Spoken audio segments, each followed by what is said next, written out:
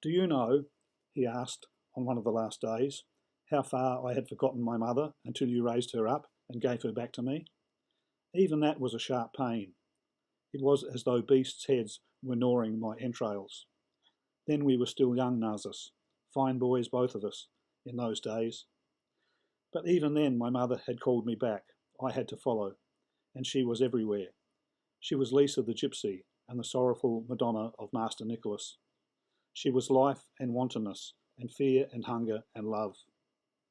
Now she is death, and she has her fingers in my breast. "Don't say so much, my friend," begged Narziss. "Wait till morning."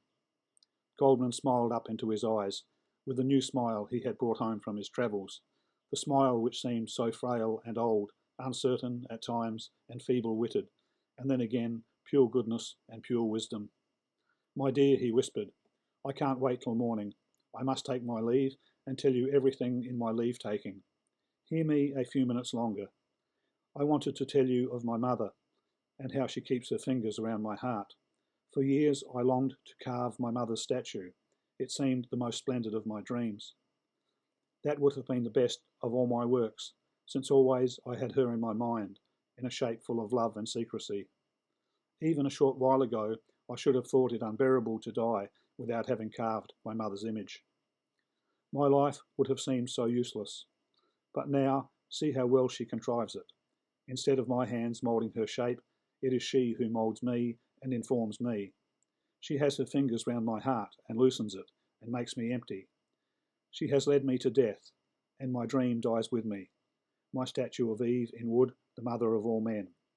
I can see it still, and would carve it if I had any strength left in my hands.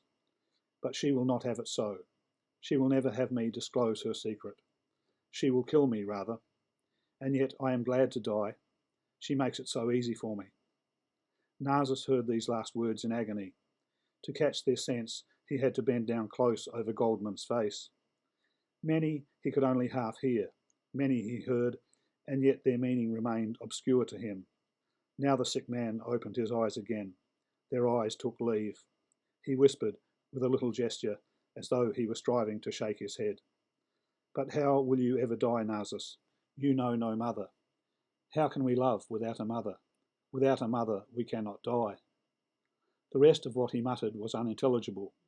For the 2 last days and nights beside his bed, Narziss watched the light die out of his face. Goldmund's last words still seared his heart like a flame.